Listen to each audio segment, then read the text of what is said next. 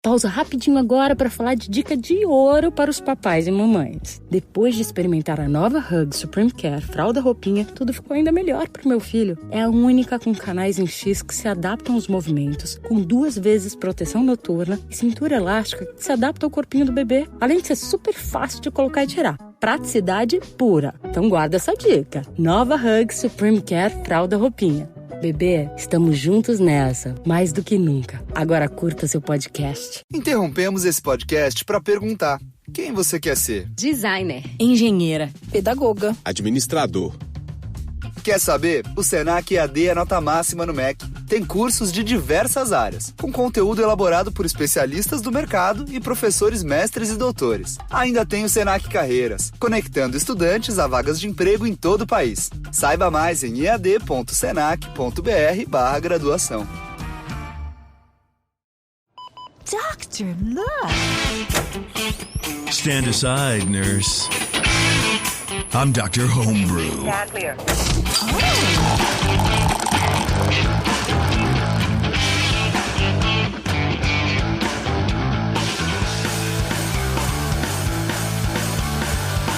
Hey, what's going on, everybody?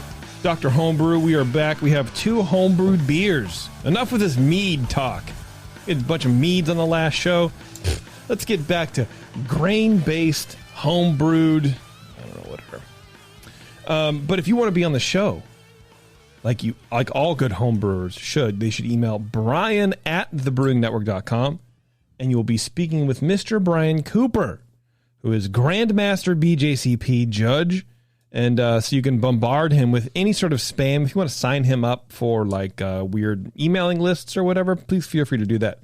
But also, if you want to be on the show, email brian@thebrewingnetwork.com, and he'll get you booked on the show. Send us a couple beers. It's easy process, painless, I promise. And or if you're in the Bay Area, we can maybe figure out a way to get beers delivered. I don't know, whatever you want to do. We'll meet you somewhere. But yeah, come on the show, and we'll hang out. We'll drink your beers, and we'll judge them, and it'll be a good time.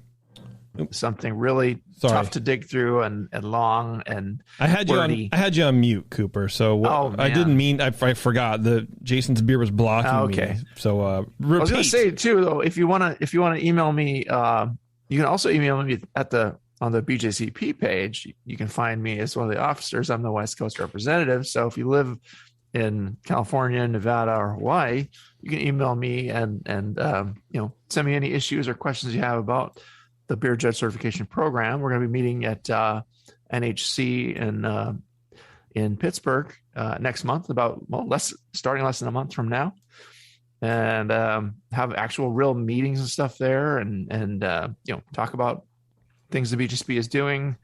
And so we're trying to work on making some improvements, and I really like to listen to our members and on that side of things too, and really our heart's in the right place.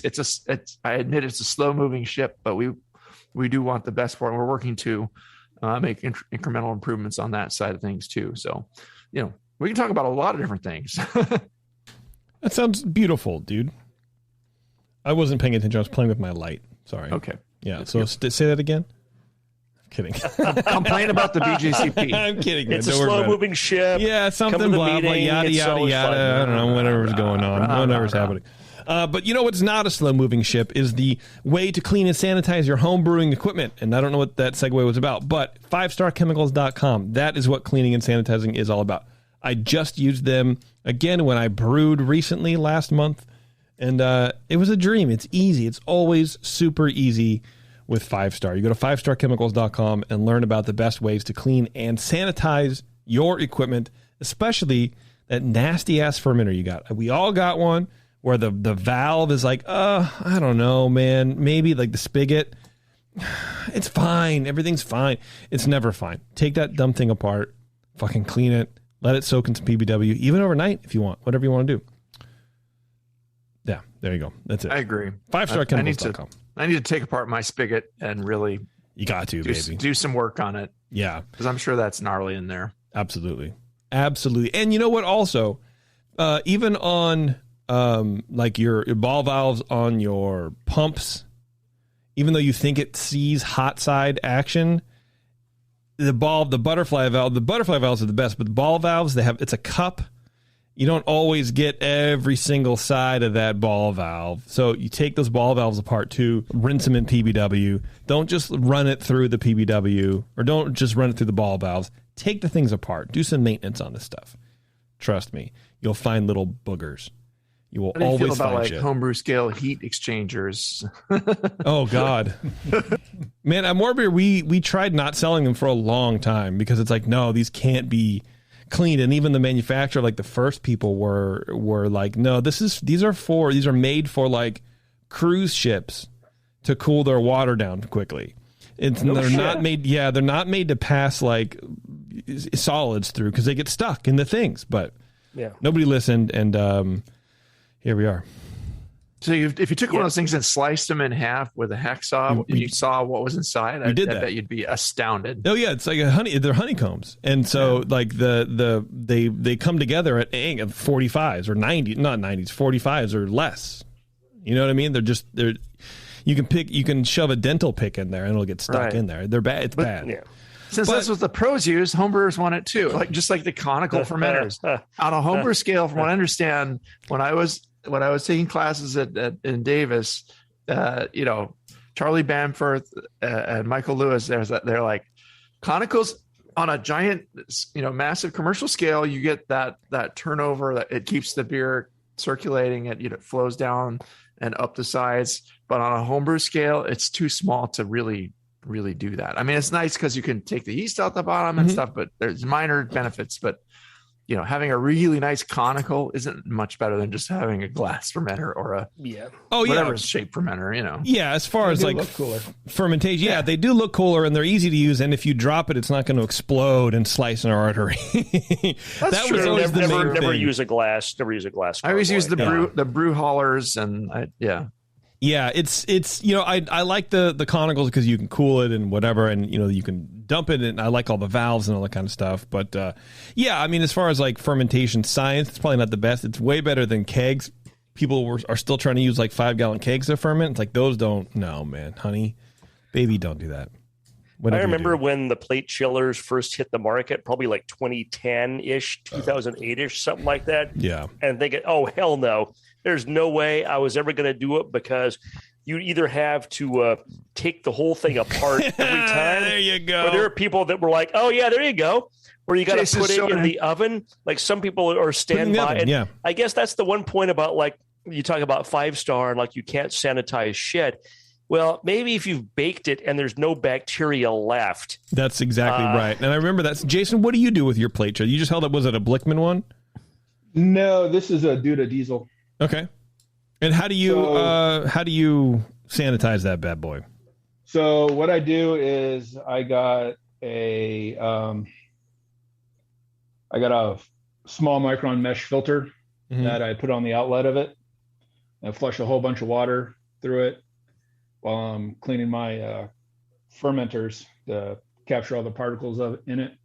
And then I'll back flush it out, do the same thing, catch all the particles.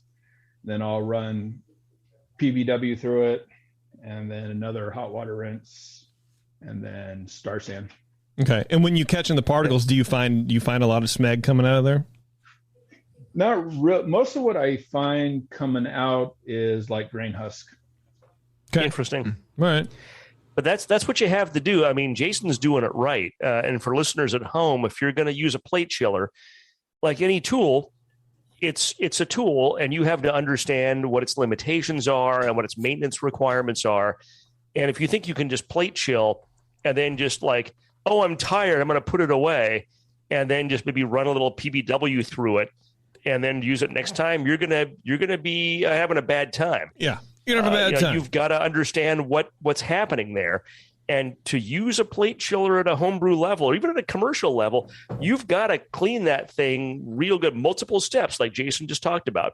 And you've got to be on it pretty quick. You can't be lazy like me. It's like, oh, I'm done homebrew. I'm going to go sleep and watch some TV. Or yeah, exactly. I want to spend some time with my kids or I want to do whatever. No, you have to be on it and you have to deal with it before it hardens or even gets like kind of syrupy. congealed. Yeah. I forgot about baking it. Actually, that was a thing. God, it's been too long. But then you're baking it, and you got the schmeg in there still. It's not gonna, Yeah, it's but gonna at least just you be kill baked it. schmeg. That's the thing. You can still kill it. But anyway, Jason, welcome back, dude. Thank you. And I was going to say too, if you have some extra money, both Granger and Sabco do sell homebrew scale plate and frames. Interesting. It was only a matter of Granger time. sells everything. I mean, when I was researching these at More Beer, it was like 2003, 2004, or whatever. There was a company that was making it, but they were like $600 our cost, and it's like I can't. No, homebrewers aren't going to pay that. And this was back before.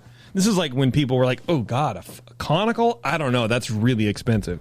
But now I think if you have a piece of $300 homebrew equipment, you're like, "Yeah, okay." Cool. It makes sense. So it does not surprise me at all that we have small plate and frame chillers at all. Oh. Good for them. What are we drinking today, Jason? What did you send us, man? All right. So I sent you, when I'm doing recipe development, I tried to not do any clones of commercial beers or anything like that. There's really only 3 beers that draw inspiration when I brew from commercial beers. I make like a West Coast version of Yingling since I can't get it out here, and no one can, unfortunately. Rogue used to make a maple bacon beer that they did in collaboration with Voodoo Donuts, which I really loved. Yeah, I remember that. Like one batch of it. Yeah. So I kind of made a version of that, but made it a rye IPA. And then this beer is a smoked Belgian IPA. It originally started out as somewhat of my attempt to clone Raging Bitch. Flying Dog. Flying Dog, okay, yeah. Yeah, so, and it's also kind of reminiscent of the Stones, Belco, and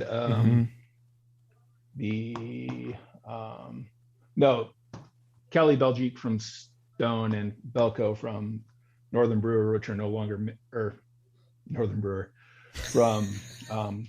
You'll get it. You'll get it. The Fat Tire Brewery. There we go. There, New Belgium. I always liked the Kelly Belgique a lot. Yeah. So I wanted to make it my own, so it turned into a smoked Belgian IPA. Okay.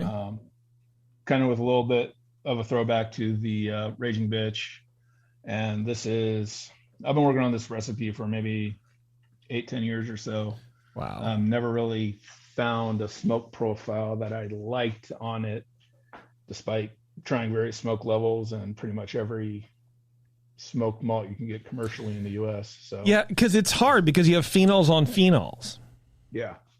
So that is a hard balance to do. And when I read this label, I was like, oh, shit. This is going to be a train wreck. Yeah, this is going to be very challenging to do. But I smelled it, and it definitely smells a lot better than I thought it would. So I'm excited to drink it. It's almost there. I'm maybe a batch or two away, I think, from getting it down. But what do you need from us? Do you want help coasting that last 20%, or just general feedback about your general direction, or just nothing? You're just hanging out. Yeah, both. Just how to get that final way to what's going to make it, an awesome beer. And, awesome beer. Okay. General feedback on the flavor profile and sensory and everything. Okay. All right. I think we can do that. Cooper, why don't you dive in first, brother? All right. I'm pouring it. It's a little bit cold right now, so I just took it out 10 minutes ago. So it might take a little more effort to get this out. I'll warm it with my hands as much as I can, but I warmed it to a good judging temperature the other night when I prejudged this. So in the nose, I get a pleasant combination of subtle smoke with prominent hop aromas and Belgian yeast character all coming through. The hops are citrusy and tropical, nice and high. In combination with the other things, they'd have to be fairly high to come through where they are. It's got a light kind of white pepper like phenol that comes through. You can really smell that alongside the smoke phenols. But it's mellow. It's not too much. It's just it's cleanly fermented. I'm not getting any DMS or diacetyl. Then the overall phenol level is kind of medium low. It's not too intense or sharp, which I like. So gave it 8 out of 12 for aroma. Sorry. Appearance wise, it's pretty, really pretty, brilliantly clear, gold colored beer, nice white head, starts medium, sticks around very well, mostly finer bubbles. I couldn't complain about the appearance at all. 3 points for appearance. Getting into the flavor, it's a pleasant medium low smoked malt up front, alongside a medium low bitterness and a medium high hop component. Again, citrusy. I got a little floral in the flavor and some tropical. Moderately dry finish, as an IPA should have. It doesn't seem sweet at all. It seems fairly dry, but it's not bone dry. Clean Belgian ale type ferment with nice fruitiness and a light peppery phenolic. It really doesn't seem to fight with the hops from the smoke, which I liked.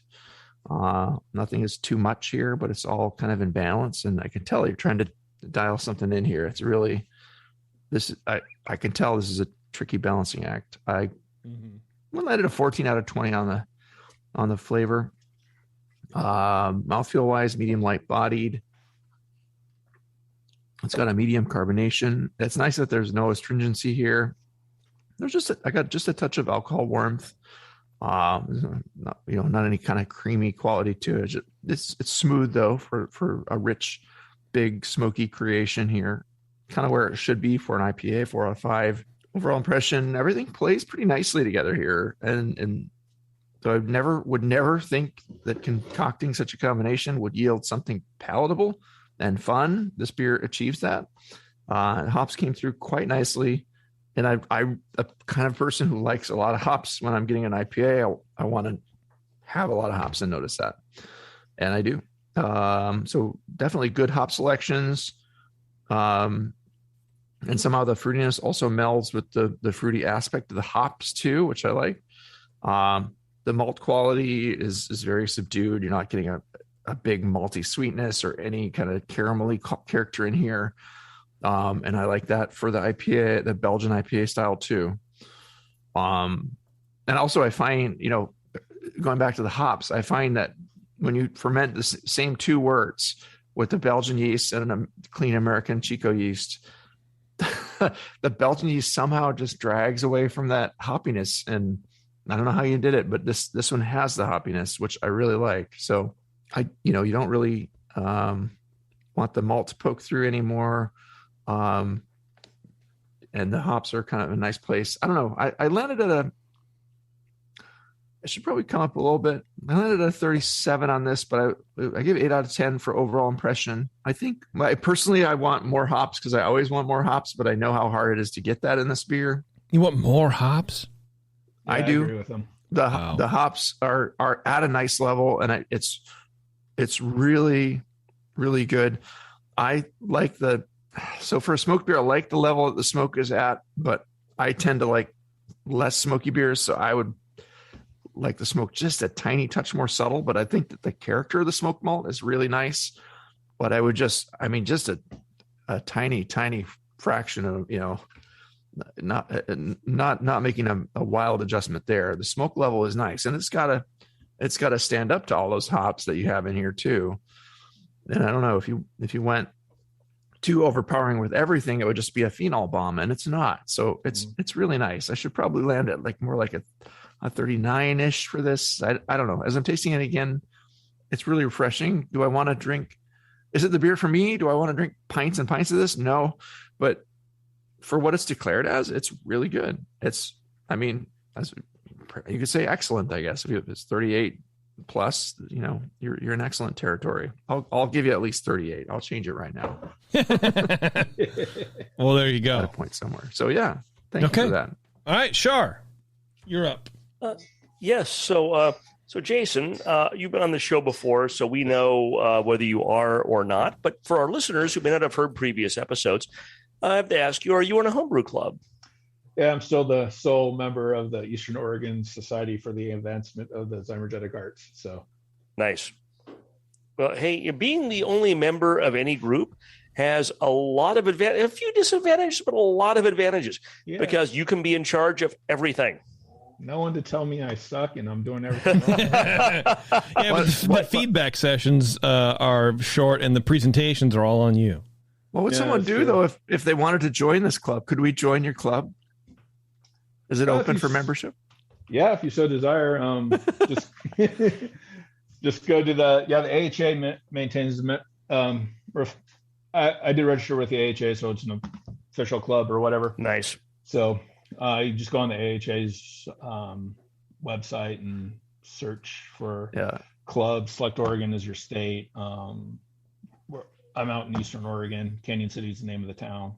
I don't think it would be fair for us to join just to give you more members. No. If there's someone out in your area that really wants to learn more about brewing, they would do well to speak with you, sir. So that's all. Dues are $1,000 a year. No, it would be hilarious though, Brian. Maybe you and I should join this club because it would be like a 3-person club. It'd be you, me, and Jason, and that would be hilarious. And that's like 300% growth in an immediate time frame. Yeah. Exactly. We just trade beers over FedEx and UPS and make them a bunch of money. Like once a year, we make a big ass road trip up to Canyon City, and I think that would be awesome. Thank you for sharing. I really like this beer a lot, so thank you for sharing. I really love the idea. Like we were talking earlier, I loved that Cali Belgique from Stone, and I think that the Belgian yeast, which is highly phenolic, and the smoky malt, which is highly phenolic, really pair well together. And it's so tricky to do because phenol can so easily go over the top into being plastic or Band-Aid or medicinal or just somehow get to be really unpleasant. And even for really good smoky beers, they don't hit a lot of people's palates right because a lot of people are just super sensitive to phenols. And even like something smoked is going to hit them wrong. So it's a brave choice, but it's a choice that really works well. Aroma, the Belgian yeast phenol aromas plus the smoke from the smoked malt dominate the aroma. They're very harmonious. They're independent and they work very well together. There's a low malt aroma. Low esters, although I may have talked myself into the presence of some kind of esters. I couldn't really detect a hop aroma just because of the intensity of the smoke. Yeah. And I'm kind of, it's great radio for me to stop talking and to go back and smell. But as it warms, I notice the flavor, I get a little bit more hop flavor. I do get like a little bit of a hop aroma, like a very low hop aroma, almost like Cooper was talking about, almost a floral type of hop aroma. Now that this bottle's been sitting out now for about 3 hours in my kitchen, which is probably at about like 70, 71 degrees. So higher than cellar temperature, but not like hot. But it's enough to let me get a little bit of hop aroma where I didn't get it before. But 8 out of 12 for aroma. Appearance is 3 out of 3. It's crystal clear. And I should go back on my Zoom here for purposes of later, whatever. I can't. But don't worry. If I put this thing up here, you can see the Golden Gate Bridge, but you can see it's crystal clear. There's a low persistent head, which at this point, after a few hours, it's not persisting, but the head is long and persistent. It's a golden color, again, 3 out of 3. The flavor, initially the flavor is medium malt and smokiness with kind of a low fruity ester. And I was debating, even when I wrote this maybe a couple hours ago, whether what I was thinking of as a fruity ester was really an ester or if it was maybe a hop flavor, kind of like with the aroma. And it's one of those things where some hop varietals, where you have a beer like this that is so dominant in one character, and it's intentionally so, right? This is intentionally a smoke dominant beer. Sometimes some of the supporting flavors and aromas, it can be hard to tell where they're coming from. And I think that what I was thinking of as a fruity ester may actually have been maybe more of a fruity hop character. And as I'm drinking this now, I'm thinking more that that's a hop flavor. Interesting. Like like maybe not, because this beer is not going to be a really estery beer. It's supposed to be an IPA. And I'm thinking this is maybe more like Cooper was talking about, maybe more of a tropical sort of fruity hop flavor more than an ester, which makes a lot more sense for what this beer is.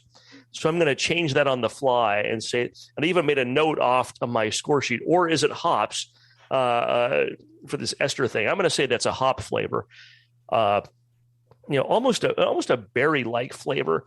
And that was my first note, and I stand by that. It is kind of a berry-like character, and some hops can have kind of a berry type, tropical type character. I'm going to call that a hop flavor. I think that this flavor is is very harmonious. Everything about this, the yeast character, because Belgian yeast have a very distinctive phenolic, almost smoky, but a very distinctive phenolic character, and the smoke really marries well as sort of a subset of phenol with that. Can we guess hops? Should we guess? Oh yes, I can tell you one of them is an experimental hop. Okay. That recently became commercial from. Well, tell us later. Over an I'm going to guess Mosaic, because Mosaic tends to be a blueberry type of berry hop. I'm probably wrong. I'm guessing Mosaic. If I hit it, man, I am just the shit. And if not, then I am shit. So there you go. He's shaking his head. Oh well. Look, those two things aren't mutually exclusive. He's already shaking his head for Mosaic. It's not going to be Mosaic. The finish is long and smoky. It's very well attenuated. Medium to high bitterness. I give this 15 out of 20 for flavor. I really enjoy this. Much like that pomegranate mead from the first show we did tonight. I'm drinking this entire bottle of smoked Belgian IPA. I'm not pouring any of this out. This is real good.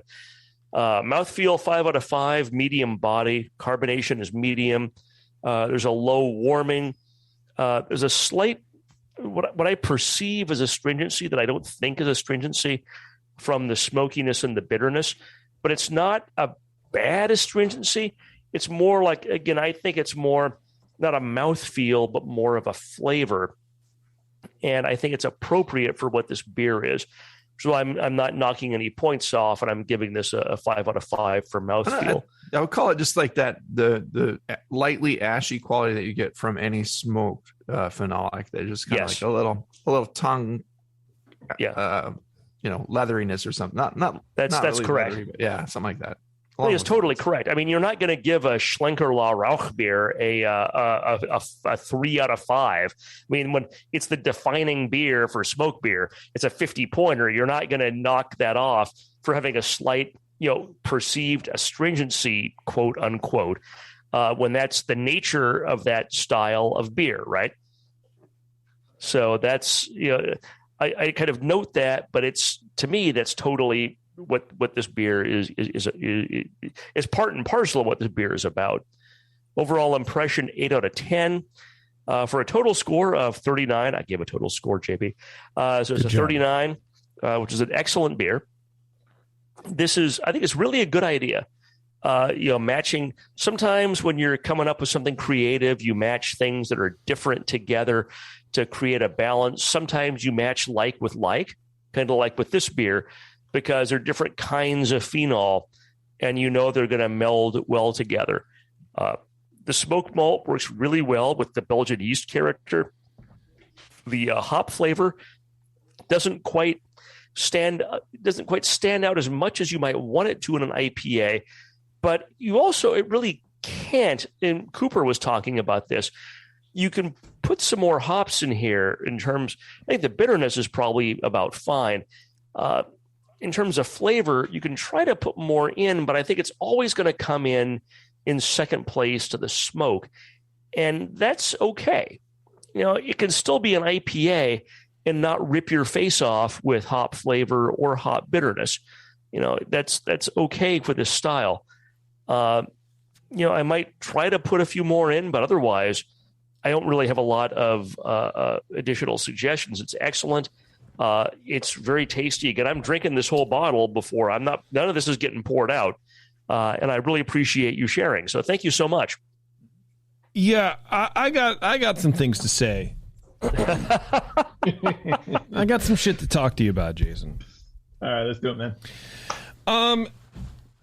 You got some explaining to do here. Yeah, I mean it is a smoked Belgian beer on steroids. It is very, very smoky, and you know, without getting into all the details, because what fun is that? Personally, I think it's either too bitter or too smoky. And the problem with this style, that Belgo smoky IPA thing, is like Belgian IPAs typically don't do well because of the hop bitterness, and those esters from the Belgian yeasts tend to clash. But then you add smoke on top of that, like hoppy, smoky beers tend to not really do very well because of that same thing too. So you have the phenols, the phenols. So you have hops and the phenols from the yeast, which clash, and then you have the phenols from the smoke, which clash with both of those other items. So you have like a trifecta of things that don't necessarily traditionally work well. I think you are on a path to what you want to drink, and that's the important thing. Let's just not forget about that at all. But for me personally, I think it's too bitter and it's too smoky. And if you're like me, I mean, being a home brewer, you know, we sort of want to just put more shit in it, and like, oh, well, maybe if I fix it, I can up this if I reduce this or whatever.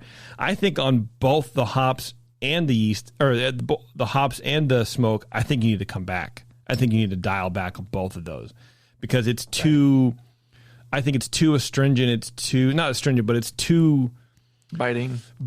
It's too, it's too aggressive for me personally. And if you like it, then whatever. But for me, it's, and then that smoke is, Cooper, I think you were saying like you don't get the ashy quality that you can with smoke beer. I definitely get that. Oh, I got a little bit of ash. Yeah. And I don't like that in smoke beers. I like a sort of more soft, rounder, sweeter smoke. So that's, have you ever had that's my suggestion. The Schlenkerla Helles? That's a really nice example of a smoke beer where the base style and the smoke level and quality are just balanced. I agree. Like however, you can taste Helles, you can taste smoke, and it's light, and it works. And in here, I can taste smoke, and I get hop bitterness, and then somewhere underneath that third is malt. And I don't think that should be the case. So you're saying that you just think that this beer is a bad idea?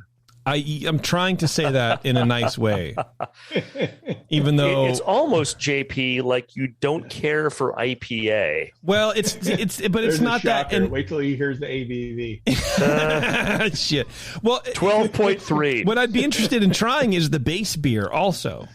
And I know it's impossible to do necessarily, but like, I wonder if just the base beer in and of itself is too bitter for me. And that's why it's not meshing. And again, it could be just me, and if you like it, whatever. Yeah, but I think it's too. I would probably start with, and I'd be interested to hear about your path with this after we get your recipe about how you've dialed the smoke in, if you're increasing it or decreasing it. I think if you just pull the smoke back 20% and went with everything the same, I think I would have a much better time with it, which is really all that matters. Yeah.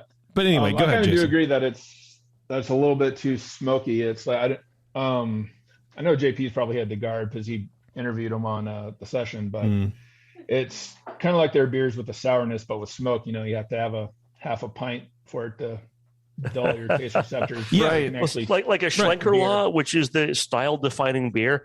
I love Schlenkerla, but I've got to drink one pint of that before my palate readjusts, and I really enjoy the second pint, if you know what I'm saying. Yeah. Yep. You might need to go to Bamberg and drink beers there for a while and learn from some of the brewers there how to make those delicately balanced smoked beers. Have the club pay for it. One of these days, I'm going to Bamberg for like a week. And I say one of these days, I'm getting older, and I better do that in the next like 20 years or I'm going to die. Yeah. I mean, anyway, Jason, what, let's hit your recipe real fast. All right. So we'll start with the malt. So 5% Gladfield Manuka smoked malt. which is hell of expensive in the U.S. because no homebrew Wait, shops carry it. back up. You are saying words that I don't understand at all. What is Gladfield Manuka smoke malt? So Gladfield's a malt stir over in New Zealand. They sell on a limited basis here in the U.S. to commercial brewers. If you want any of their malt at a homebrew scale, you got to order it from Australia. Wow. So turns out 5 kilos costs more than a 50-pound bag of base malt. Jesus Christ. What kind of wood, what kind of smoke is that? Do you know what kind of wood they smoke that over? Manuka.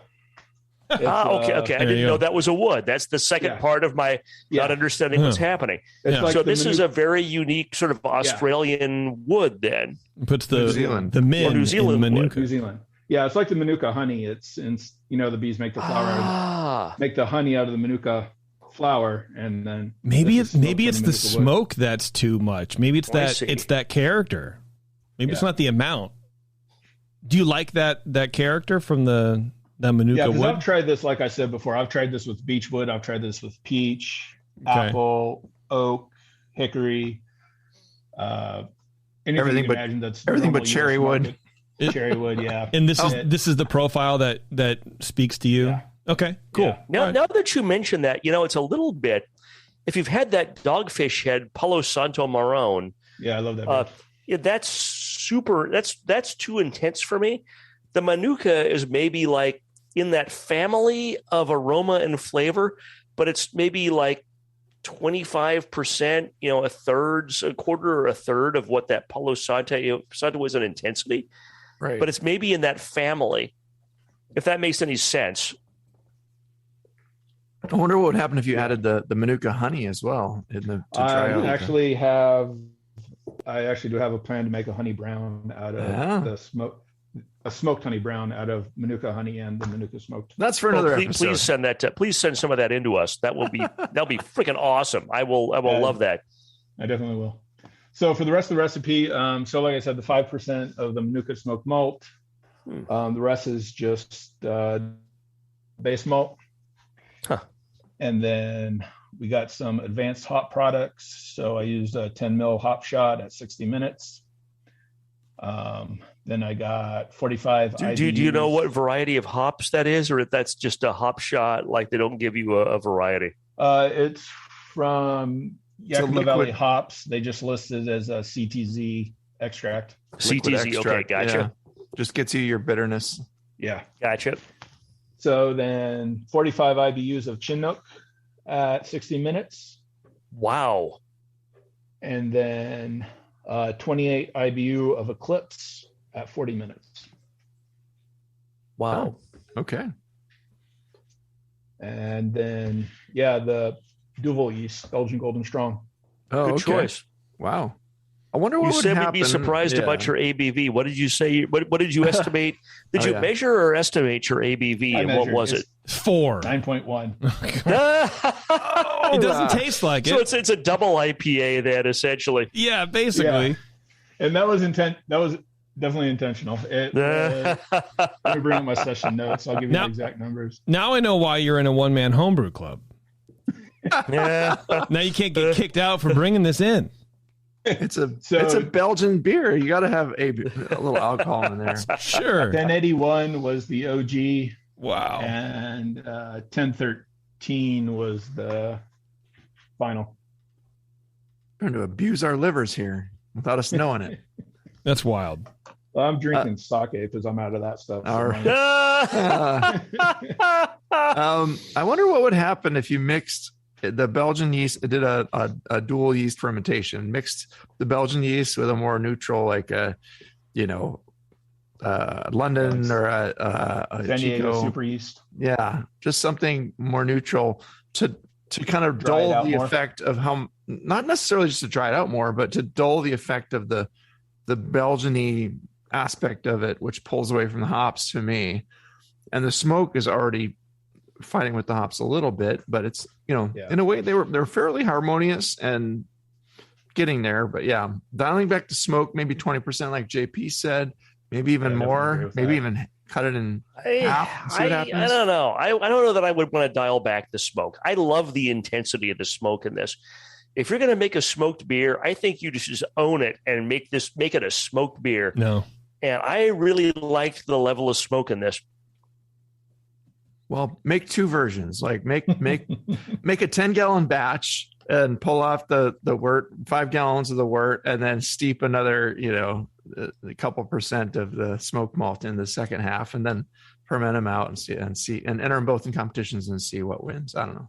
That's a good point, and send them both to Dr. Homebrew. Big one for me and one for JP. Yeah, you got to make see which one scores better. Specifically dialed into our each particular tastes. And then, I'm just saying, but it's a good point, because some phenol, the smoke in phenol is so divisive, right? And it's one of those things that everyone's got their own threshold for what they think is good versus what they think is, Band-Aidy or medicinal or not so good. And it would be fascinating to, if you did that, or if someone were to do that and send in a couple of different smoked beers that we could judge kind of back to back, for example, to see like what everyone's perception of that would be, because once you're in this kind of territory, it's very divisive, and what kind of scores you get in competition start to reflect people's personal palates more than what the objective guidelines are, just because of how that's going to hit everyone's palate. Or even the order of the judging, because you are in a flight of 10 smoked beers and you get hit by one that's just massive, and then you taste one that's lighter. It's like, oh, that one's better, but it may not really be better. It's just you got blown away by one, and then it's like, oh, I detect it less here. I think that might have happened in tonight's show, for example. Because I'm trying to go slightly less smoky and more dank on the hop profile with this. So then maybe don't back off the smoke, but maybe 10 or 20% then on that malt. And that sounds like it'll save you like a ton of money if it's as expensive as you say.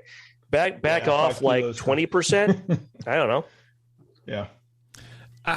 Yeah, I don't know, man. I feel like this is like a Sisyphusian exercise. I don't know, man. I don't know that you're going to get out of it what you want, but it's the journey, not the destination. And I appreciate that very much for you. So it seems like you like some interesting hop characters there too. I don't use Eclipse that much, but it's supposed to have, a little pine needle and some zesty citrus and stuff. And yeah, it's like that's a good choice for this flavor.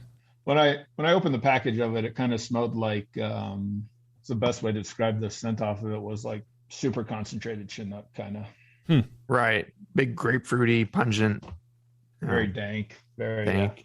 Yeah. Resin. Sounds good. I think it's a good choice. Anything else? Anything else to approach either on Justin's side or Jason's side or our side, or are we done? Can we cut him loose? What do you want? We can be done. I think we can cut Jason's club loose. The whole club is leaving now. Yeah. The whole club is bailing out on this show right now. Out. Jason, do you have anything for us? Any other questions or clarifications? Or no, anything? not on this beer. I have some.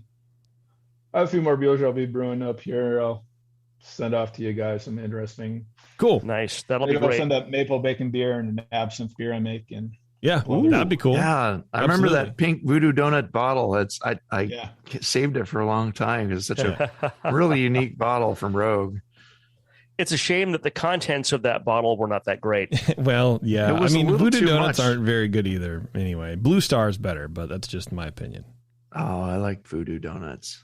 Have you been to Blue Star? I've had that too. Yeah, they're good. They're better. Krispy Kreme.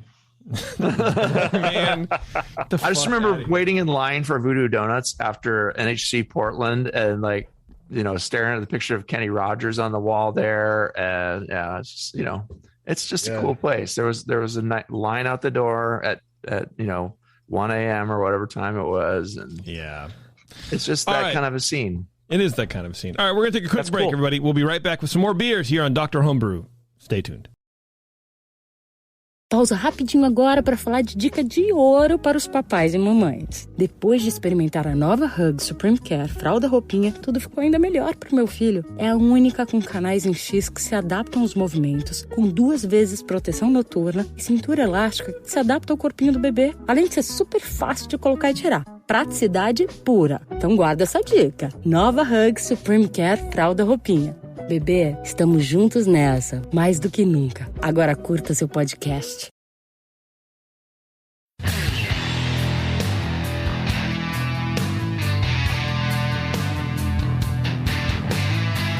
Now, back to the examination. All right, thanks for hanging around, everybody.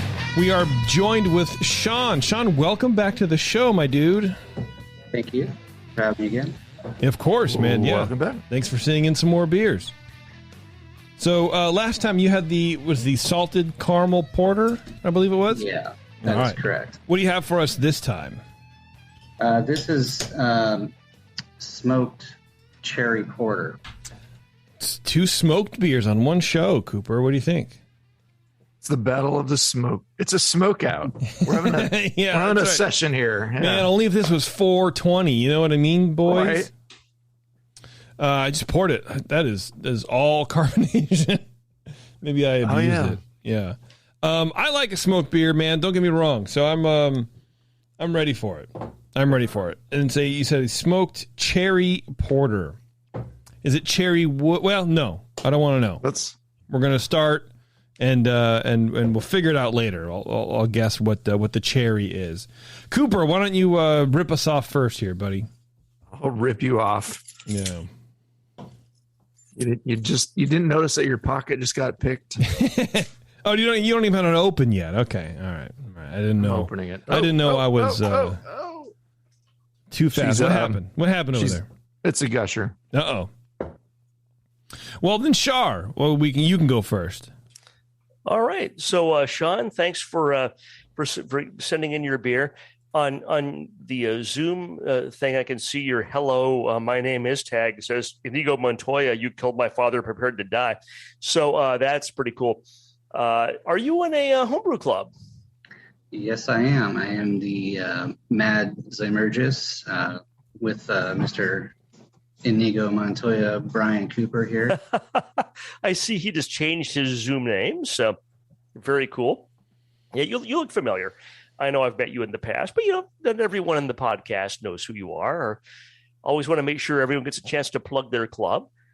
Thank you for sending this beer in. I enjoyed this one.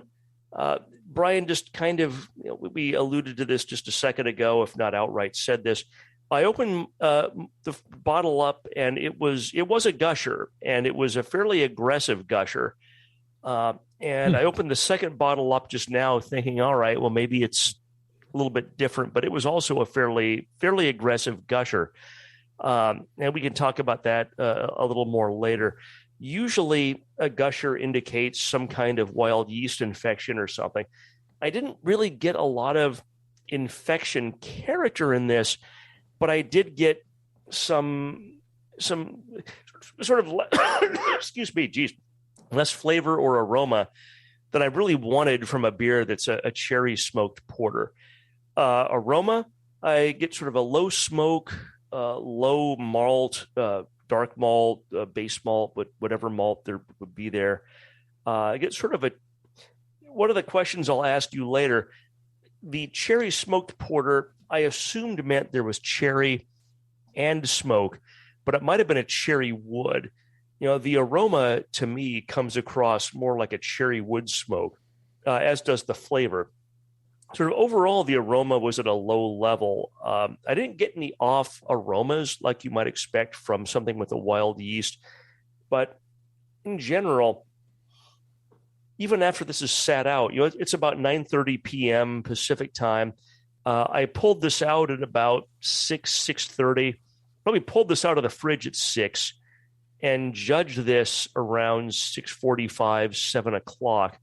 So it's been sitting out for a while, and I was hoping I would get more aroma, but the aroma is overall sort of a lot lower than I would have expected from this beer.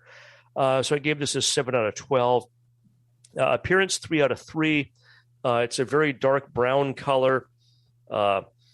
It's low persistent tan head. It's always hard to tell how clear a dark beer is, but you can always kind of tell by tilting the glass and looking around the edges. And it looks pretty clear to me. So again, 3 out of 3.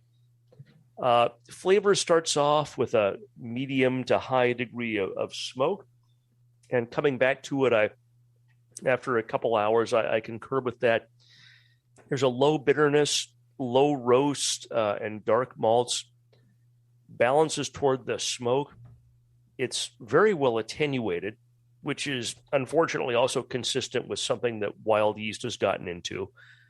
Finish is long and balanced towards smoke. I don't know, after it's sat here for a while, I'd say the finish is real long, but it's at least a medium length, and it definitely balanced towards smoke. Low ethanol. I gave this 12 out of 20 for flavor. Mouthfeel, 5 out of 5. Medium warming, medium body, medium carbonation. There is sort of a low astringency from the smoke character. As I mentioned in reviewing the beer earlier in this show, a little bit of astringency just goes with the territory for smoked beer. So that's not, to me, it's not an off flavor. It's not an off mouthfeel. Nothing that would cause me to not give it a 5 out of 5. Overall impression, I gave it a 6 for a total of 33. I think it was an interesting beer that I enjoyed a lot, but less for something that I love porter. I love smoked beer. I love fruit beer. And I don't know if this is, cherry wood smoked, or if it's a wood smoked porter that has cherry added to it. But in either event, there should be more flavor in this beer than there is. And to me, the fact that I had 2 gushers and that Cooper he opened that one and he had to run off camera and deal with that. That unfortunately, I mean, we've all been there. I mean, I've had my share. I mean, it's happened in 30 years of homebrew, and it's happened to me. I probably take me more than 2 hands to count the number of times it's happened to me. And judging in competitions, right? And judging in competition. Well, when you count judging in comps, I mean, there's just literally dozens of times that's happened. When you open one and you have kind of that slow creep up the bottle, you wonder if it's wild yeast. When you open one and less than a second after you open it, it's coming out of the top. That's a pretty clear sign there's a wild yeast infection, or something that some sort of infection.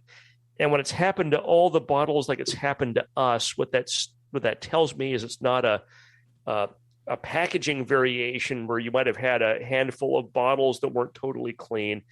It tells me something probably got in your fermenter and started chewing up your beer, and then it got into all of your bottles. I was probably overly generous with a 33. And the sad thing is, I bet this beer, had it not gotten attacked by wild yeast, was probably, a high 30s beer. I really would have liked to have tasted what this should have been like and what you intended it to be. But, no matter, despite our best efforts, it happens to all of us. And that's sort of my educated guess about what had happened. I appreciate you sharing it with us, and I can kind of tell from what I've tasted what this was supposed to have been. And I just don't think that we got what you had really intended for it to have been. But in any event, thank you very much, Sean. And Brian Inigo Montoya, because mine did not do the same thing as yours. It opened fine and there was no gush at all. So that was kind of surprising to me. So weird. I didn't get a gush either, but if you can see the neck of this bottle here, it's mostly foam, and it's been that way since Brian was talking 4 years ago. He started talking 4 years ago. It hasn't moved. It died down a little bit. Packaging variation, Brian. It died down a little bit. In this glass here, but it was there is some thing, because that's not like a normal. I think there is some bottle variation going on. If his didn't, Brian's did both times. JP's. Ooh, look at JP's. It's sort of. That's a giant. It's very. Shouldn't be active. That huge, and it shouldn't be that persistent. That's what she said. But or he. I mean, we don't discriminate on this show. We love everyone of all orientations. All right, Cooper, go ahead, please. Okay. So the first one I opened, it was more like JP's. It just slowly crept up the neck, and I poured it, and I was like, oh, okay, it pours a pretty good size head. And then I set it down, and I watched it. I kept looking, slowly creeping up the neck, like his was there. So, and then the one tonight I judge is like what happened to Brian's both times. So, I think there is a little bottle variation going on here, and just being that is different from bottle to bottle. You might want to either use new bottles if you're bottling for competition, or just really carefully clean your bottles and use a PBW and Star San on them to get them nice and clean, and inspect each bottle. Just make sure there's nothing in the bottom of it as you're bottling. If you're using reused bottles, which I encourage, you can clean them and reuse them, and I rarely have had a problem. But something a little different from bottle to bottle here. Or it could also be if you're bottling from a bottling bucket, and this is a bottle conditioned beer, there could be insufficient mixing of the sugar water with your batch, where it's more in the first beers that you bottled and less in the later ones that you bottled. For example, if you're pouring from a spigot that comes out the bottom of a bottling bucket. That remains to be known and discussed, but there's a lot of different ways that can happen. So opened it, had a nice hiss, and it did creep out the neck a little bit like a snake. There was some dense foam in the neck. I think I noted that later when I started noticing that. In the nose, I'm getting a very rich smoky character up front with some just kind of general dark malt alongside that. It's not screaming like robust porter. It's just kind of a general dark malt character, kind of low, but there's also a little bit of a kind of a burnt smoky character to it, with it's maybe just the smoke playing off the dark malts. No hops noted. I'm finding only the faintest hint of any cherry fruit.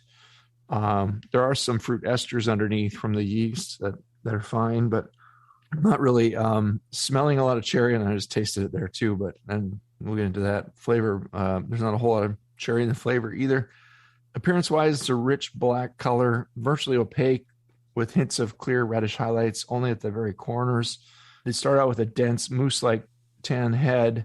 In the first sample, it persisted pretty well, but in this one that gushed a little more, it fell flat pretty quickly. I noticed that difference as well. 2 out of 3 for appearance, just for that aspect. In the flavor, the smoked malt character is high, but it becomes complemented by other flavors here. There's some, a little, I would say, kind of a bittersweet, dark baker's chocolate kind of character to it. There's a medium light sweetness in there that kind of plays off it in a kind of a nice way. No real hops, just a low hop bitterness, but the impression of bitterness coming from those darkest malts and a little bit of smoke. Now, this is funny too, because I was telling Sean on the break, I judged this beer first the other night before the Belgian IPA, because I just wanted the hoppy beer after the dark one for some reason. Right. And like, so I think I had the opposite effect of Brian, where like this one was the first smoky beer I had, and I was like, wow, that's really smoky. And then I tasted the other one. I was like, wow, that's not as smoky. But tonight I'm having the reverse effect. Like that first, the Belgian IPA, the smoked Belgian IPA, was pretty smoky. And this one, to me, just perception wise right now, I'm recognizing it as not as smoky, but I'm realizing that it's just my perceptions and the ordering of the beers, which is messing with my head a little bit and throwing things off. But I thought, wow, this is overly smoky and intense. And anytime you get a judging order where you have a pretty intense beer as the first beer in your flight, it's not always going to do so well. But whether it's high alcohol, something that's just really richly malty, and you're just not ready for that, your first beer of the flight, and your judge is like, wow, something's really poking out really strongly here. And then you get to the next beer, and that stuff kind of mellows out. And as you're going through a set of beers in a certain style, sometimes that can happen. It's like in competition, like, and as an entrant, you can't control the order that things go when you're in a competition, but it's the luck of the draw. You just get what you get. And if the beer is really good, it should stand up on its own, and still, like, the really good beer should pass through. With a really well-balanced beers should make it when you have 3 judges that know what they're doing at a table. But sometimes just being that lucky or unlucky first or last entrant in a flight, you could, and then the last of the flight, sometimes it's like, everything's all washed out. It's hard to pick out things, and it's harder especially if the really long flight, 10 or 12 beers, you're just like struggling to get anything. And sometimes alcohol becomes a factor. If you're drinking too much of the samples, you really have to pace yourself. It's crazy. I mean, on this show too, we do most 4 beers in a night, and we, drink samples that would be appropriate for a competition. So that's just a little side tangent there, but it's interesting, like how that I'm just observing my own weakness or my own like limited, ability as a judge to know, like, wow, like that really affected me tasting this one second tonight as opposed to first the other night. So an interesting side note. But where was I? I don't know. About to give it a score, I think. Chocolate malt. The cherry is just very low in here, and that's the same. I never got a whole lot of cherry out of here, so I was left wondering, like Brian was, whether there's a cherry wood smoked malt in the beer, and it's just called a cherry, the smoked cherry porter. I don't know, but it's just, if there is any cherry fruit, it's really buried under all the other elements there. The beer is balanced with the smoke. It has a pretty dry finish. That's kind of where it's at in the flavor. Mouthfeel wise, medium, full bodied. I think there's a fullness that comes from just the smokiness and the richness of it, but it's not super heavy. It's more medium, I guess. And it's somewhat creamy despite all that's going on here. The high carbonation, there's no obvious astringency here, but it still has a fairly aggressive attack from all the smoked malts. Not getting any alcohol warmth that's noticeable. So overall, yes, coming back to the aroma at the end is still pretty smoky, but as you go along, the smoke kind of goes less. And but there's something that I think what's going on is that the porter aspect of it is just not shining through quite enough for the style, whether it's the smoke fighting with that or something else that's coming up, or wild yeast like Brian mentioned. I don't know, but something is like dulling the dark malt aspect of this beer that's making it just seem like generic dark malt and not like rich, somewhat roasty or just toasted chocolatey rich, dark malt. The complexity is just kind of missing almost. So, or just buried perhaps. But I mean, the style itself seems pretty nice from what I can tell. And it seems, like it was good ingredients used and not too bad at brewing practices. It could be either bottling or, as Brian said, maybe something got loose in the ferment there. It's hard to tell, but if you find maybe dialing back the smoke a bit and bringing up the porter aspects, like bringing up especially the cherry, if there's cherry declared, if you want to declare cherry as a fruit, you're going to bring that up. And I think that would be interesting with this. I think that I wanted to taste cherry and I just really didn't get much at all, or if any. So let that special ingredient shine through if it's declared, and just keep trying this. It's an interesting idea for a beer. It's another one where there's a lot going on, but you could find a balance that would work for this. I just don't think this one does. I landed at a 27 on the beer, and I think it's good. It's drinkable. It's smooth for a smoked beer,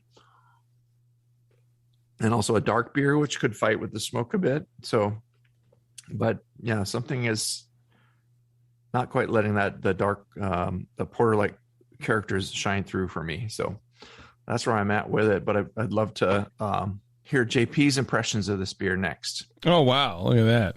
It's almost like we've been doing this for a long time. He's a beer judge, too. I sort of echo what everyone's saying. You know, it is a little muted.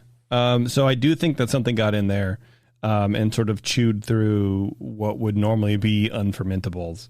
That led to sort of an overcarbonation. And then, you know, so some of the flavor profile that you were, you know, implying by the name or intending to be there just aren't there. It's sort of, I don't know, like a light stout where it's like a little more roasty than I would think a porter would be. But I don't know. We'll get into the recipe, you know, in a second. But yeah, I mean, overall, it's not awful. Like I wouldn't really know that maybe something was wrong just by the flavors.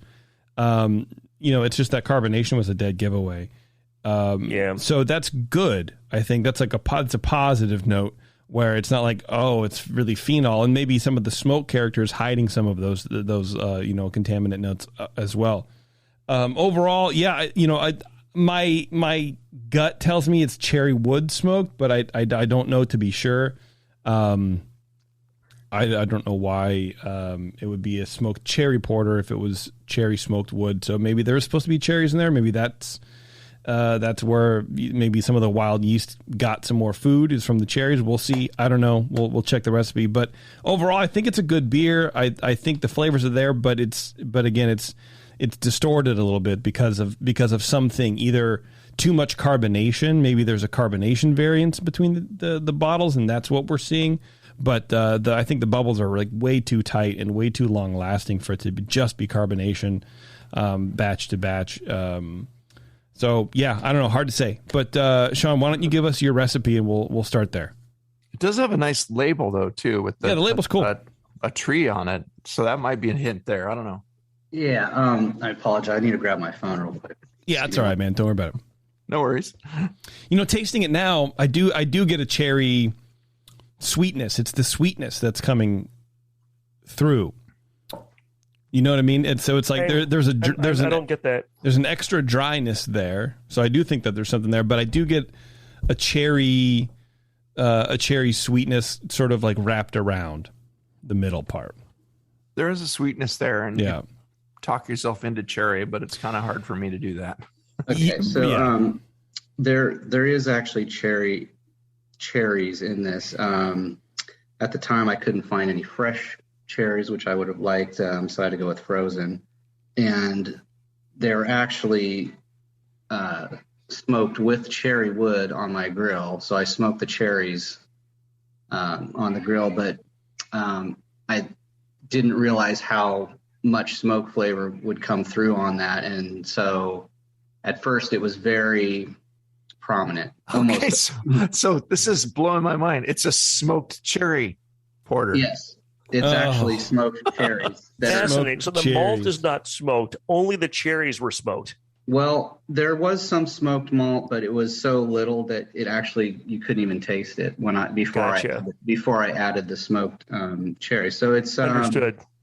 It's 76% Maris Otter, 5% caramel, 60, 5% caramel, 120, some flaked oats, 3.6%, 3.4% black patent, and 3.4% chocolate, and then 1.8% midnight wheat. And then that was the smoked cherry malt is what it was, 1.8%. So it was very little. I was kind of warned that it was very strong, so not to put so much in. Cherry wood smoked malt is very intense. Yes. Yeah. So it was very tasty, but very intense. Correct. So that back. You know, putting what I put in, I kind of know now that I could add a little more and it probably would come out. But because of that, and I didn't get any of that smoked flavor, that's why I decided to smoke the cherries. And it came out pretty strong at first. Hop wise, it's Palatine Magnum, 60 minutes, just 6.68 ounces, and then ounce of Fugels at 15 minutes. And then I did add some artificial cherry flavoring just because I wasn't I think I smoked a lot of the flavor out of the cherries when I smoked them. I just smoked them too long. And I'm wondering what the cherries looked like after you have pictures of the. They look kind of like prunes almost, like So well, yeah, they probably made essentially you made raisins. Yeah, no, berry raisins. You caramelized some of the sugars in that, and right. And so it didn't. And now this was one of my. I did four Christmas beers for friends and family and this was one of them I made. So this is actually about 171 days right now, been sitting. So it's matured a little bit. It's actually mellowed out from when it was from the beginning, which I actually like it a little better now than when it was at first. I was kind of disappointed because it was so smoky at first, but now it's not as, the smoke's there, but it wasn't like overpowering when I first made it. Yeah, it's fairly smooth in some ways. It's enjoyable for what it is. It's not screaming cherry by any sense, but it's good dark beer. 1968 Y yeast. Okay. Is the yeast, so that's pretty much it. How many pounds of cherries were there in this again?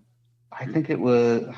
I didn't have it quite. I don't remember putting it down here, but it was. Oh no, I'm sorry. It was 16 ounces.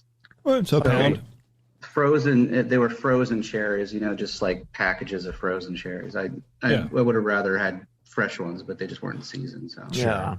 It might be better to start off with at least a few pounds of, fruit in a beer like this to stand up to that dark malt, and maybe don't abuse it quite as much. But yeah, it was an interesting experiment, and you're doing some creative and fun things with your beers. As I know, you're a fairly new brewer, and you have this energy. It's it's a little infectious to me. It's like it makes me want to get back into that. Like, let's do something just really different and twist something around and do something fun that just sounds interesting and see where it goes. And, maybe at first it didn't taste great, but now it's drinkable and it's a good beer. It's a smooth, dark beer. Would I enter it in a competition as a cherry smoked porter? No, but I don't know that I entered in a competition, but you can drink it and enjoy it. But in all honesty, this was my least favorite beer that I brewed out of everything I've done. It was the one beer that I brewed, and I was actually kind of like the first beer I was disappointed in. It just didn't do what I was hoping for. And I like you said, it's drinkable and like it's not dumper, but it was like the one I was just like, all right. You know what, man? I really respect the creativity of smoking the cherries. And that's one of the great things about home brewing, right? Is you can do stuff. I was expecting like a smoked malt something, but it would never have occurred to me to do that. And that's genius. And that's a really fun thing to play with, just smoke the fruit itself. And that's just super cool. Yeah. And sometimes you try those experiments and they don't quite end up the way you want. But that's okay because you have fun doing it and you're playing with things, and you can either go further down that rabbit hole and fine tune that, or say, you know what, that was fun to try. I'm not going to do it again. Either way, it's your choice and it's fine. And that's one of the great things about homebrewing. It's just the experimenting and the trying new stuff and just playing around with things that nobody would do at a commercial level, because no one at like a brew pub or tap room or something is going to go out and take like a literal ton of cherries and smoke them. Right. And you recognized too that you needed to add a little more cherry flavor, and you tried to get a little more in there with extract. Exactly. The thing was, I smoked them for like an hour, so it was like it was way too long, and it was experimental. I didn't know. I was just like, that's how I smoke a lot of my stuff, and it turns out fine. But when it comes to like putting it in a beer and you want that cherry flavor, I kind of smoked the cherry flavor out of it, so to speak. Yeah. Right. Yeah. Are you going to do it again, do you think, that way?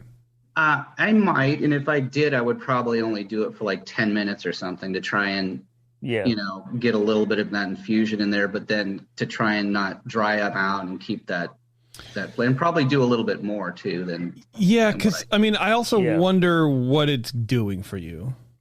smoking the cherries versus just adding smoked malt and cherries. I wonder if there's a big enough difference to like warrant, potentially drying them out or whatever. No, and I agree with that. I mean, it's just something that it's cool. It's convenient fun. And it's easy for me to do. Yeah. Like you said, like on a commercial level, it's like, yeah, no, you're not doing that. But no. Just something where I have the time to actually try it. I'm just like, why not? So yeah, I definitely want to encourage you to keep, doing creative stuff like that. And this is the thing, like sometimes like we sort of try to help people fine tune processes without actually knowing if that's something that they give a shit about. You know what I mean? In my head, I'm like, I don't know if the juice is worth a squeeze to do this. You could probably get a better flavor profile doing it just the traditional way, but that's why we homebrew. It's that fun, creative outlet to let us smoke cherries and put them in a beer. Like, who does that? And that's maybe the first time I've heard someone use the phrase "the juice is worth the squeeze." Yeah. It actually makes sense and is appropriate for what is happening in the conversation. Right. I mean, it's like telling an artist who like has a technique where they just splatter paint against the canvas. It's like, maybe you could just use the paintbrush on the canvas, or Have you tried connecting the splatter dots? Have you tried doing that? Maybe try that. Have you tried feeding the tuna feeding the mayonnaise to the tuna? That's right. Sean, do you have any questions for these guys? Not really. This was just, for me, this was an experimental beer, a process. Like, I was just trying to put something together and see what it worked. And, and I can be honest with myself, and, like, I'm not 100% satisfied with how this turned out. And I'm okay with that because, I learned, and there you go. Going forward, will I do it again? Who knows? If I do, it definitely won't be as long as I did, and I'll learn from how I did that. And is it all in bottles? It's all in bottles. Yeah. Yeah. It's all in bottles. Because if this was in a keg, you could probably add some more cherry flavoring to it and get something that might play a little more, but it's mellowing out, and the bottle conditioning is probably helping it because it's not oxidized. Yeah. It's not, and it's strange because like I've tried probably like 10 of these that I have at home, and not one single one has done what yours has done. Like, weird. I know it's like I was like tripping out when all yours were like foaming up like that. I'm like, that's so weird. I wonder if it's the shipping. Like if there is something in the bottles, I wonder if just the heat caught it and sort of was able to, Well, I don't think that was, because I just drove it 30 seconds down the street to buy it. Oh, okay. Well, then there you go. There's literally no like. Damn. I mean, they were cold when I brought them over, so I don't know. That's weird. I really put it right in the fridge. Yeah. Remind me, Sean, when did you add the smoked cherries? Was it in the boil or after the boil? No, this was in the secondary. So that may have been 7 days after. That may be what brought something in. Well, I don't think you'd want to boil the cherries, but where would you add them, Brian?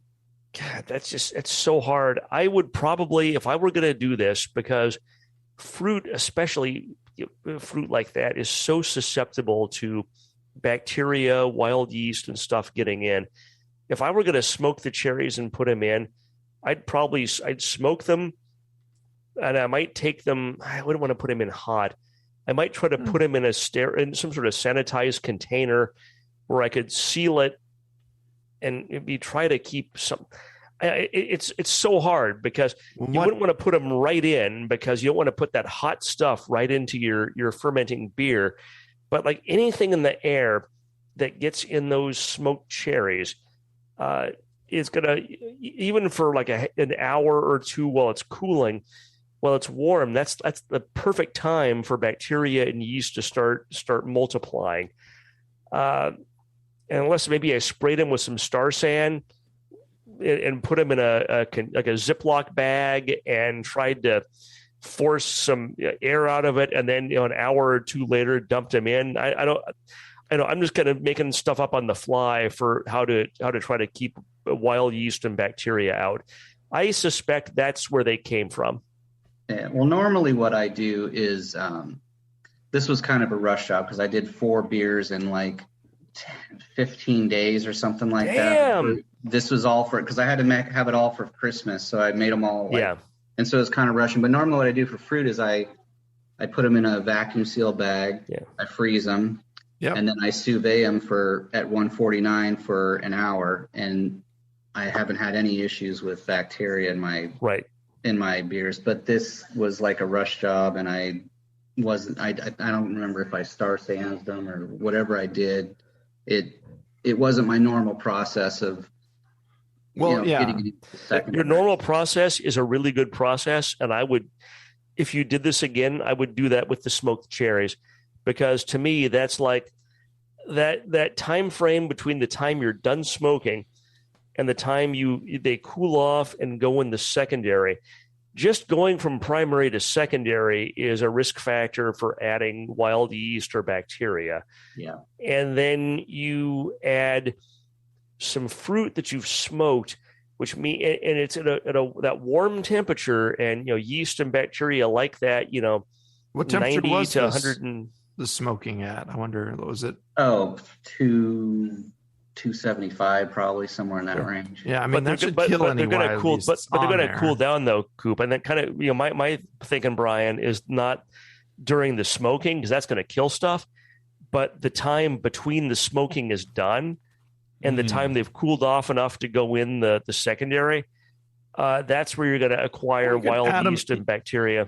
You could add them hot to the secondary. It's not going to make that big a difference. Yeah, I mean, that's a thought. Just put them in, and you'll shock. I mean, part of the point of the secondary is get the yeast out, and it's going to be hot, and it's going to raise the temperature of the secondary. But a little bit, yeah. So in some ways, so what, right? Yeah. Well, you can also cold smoke them too. Yeah, lower the temperature a little bit. Yeah, I honestly, it's almost been 6 months since I brewed this, so it's like I need to take notes on it. It's like whatever, it's just a thing. I forgot exactly. We've all been there. You're trying to get stuff done, like you're saying. You're trying to brew a bunch for Christmas. You're in a hurry. You're doing stuff. Yeah, and I bet the others are fantastic, but you're also experimenting. But you just don't have time because it's Christmas, and on top of brewing, you have all the Christmas stuff you do, and you want to do it, and it's fun. But it's that whole Thanksgiving to Christmas time is so busy for everybody. Yeah. What is the Lacquerhead reference? It's Primus song. Okay. Yeah. So a lot of my beers were named after Primus songs. Nice. And that was kind of the theme that we were doing at the time. So cool. Nice. All right, Sean, we'll let you go, man. I appreciate it. I think we've squeezed all the juice out of this fruit. Thanks, Sean. I appreciate it, man. No, thanks again for having me. Cheers. For sure. Thank you. All right, we're going to take a quick break. We'll come right back, wrap this ship up. Hang on, it's Dr. Homebrew. Dr. Homebrew, please report to the ER for code blue. Dr. Homebrew to the ER, please. Oh, and your tea time has been moved to 2:30.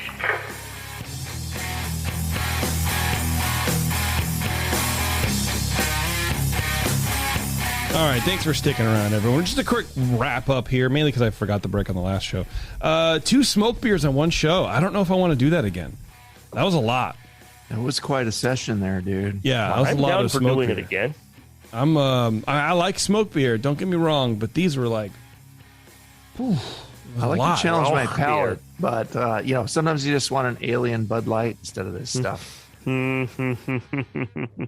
Anyway, is this when I should? No, it's not, because we had already talked about before the break to not talk about it. Okay, Cooper knows he's being an asshole. All right, we're out of here, everybody. Thanks a lot for tuning in. I really appreciate it.